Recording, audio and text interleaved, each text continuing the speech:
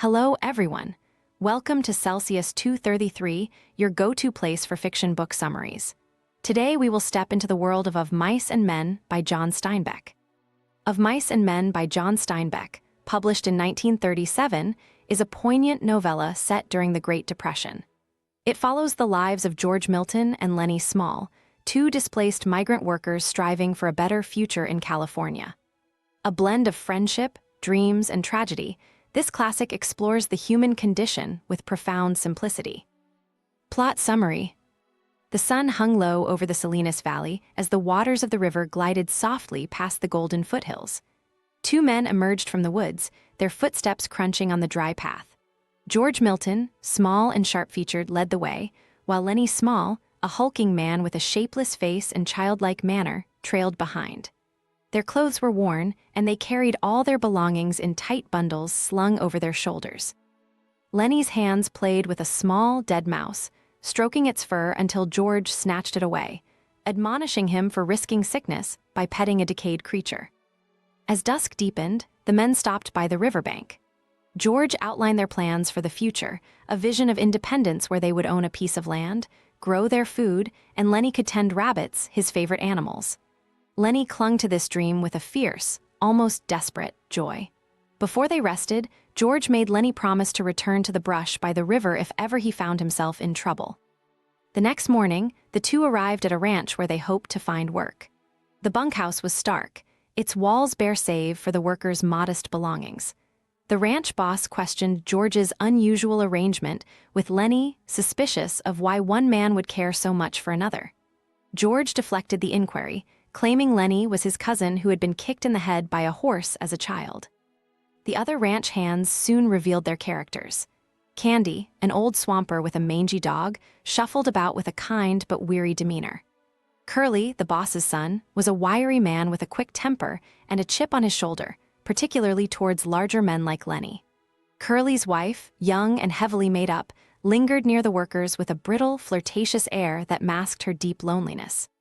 Slim, the respected mule driver, moved with quiet authority and an understanding nature, while Carlson, another laborer, carried himself with blunt practicality.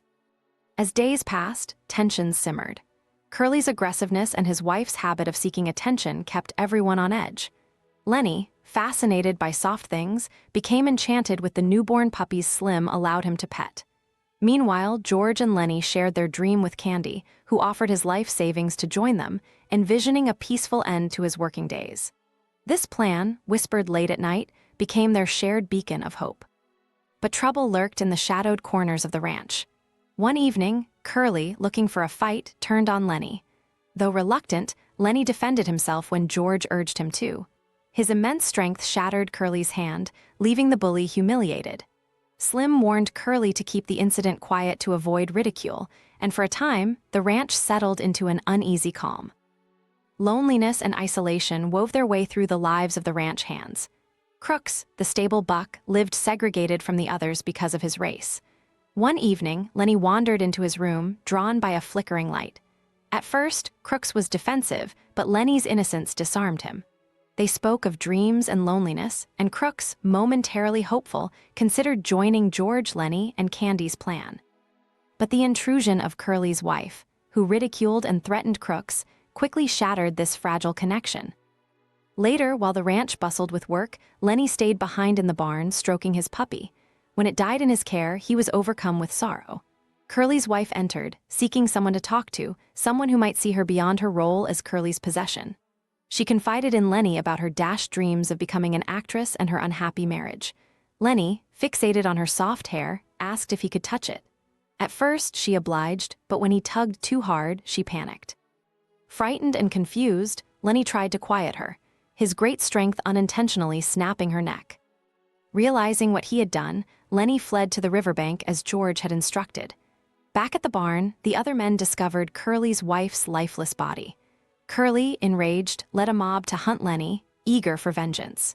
George, understanding the grim inevitability of what would come, retrieved Carlson's gun and headed toward the river.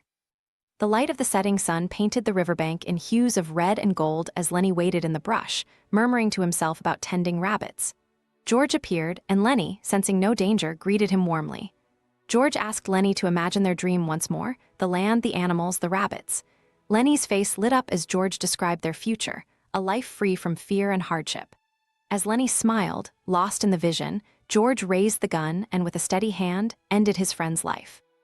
The other men arrived moments later, and Slim, understanding the weight of George's decision, offered quiet solace. The others, unaware of the profound bond between George and Lennie, remained indifferent.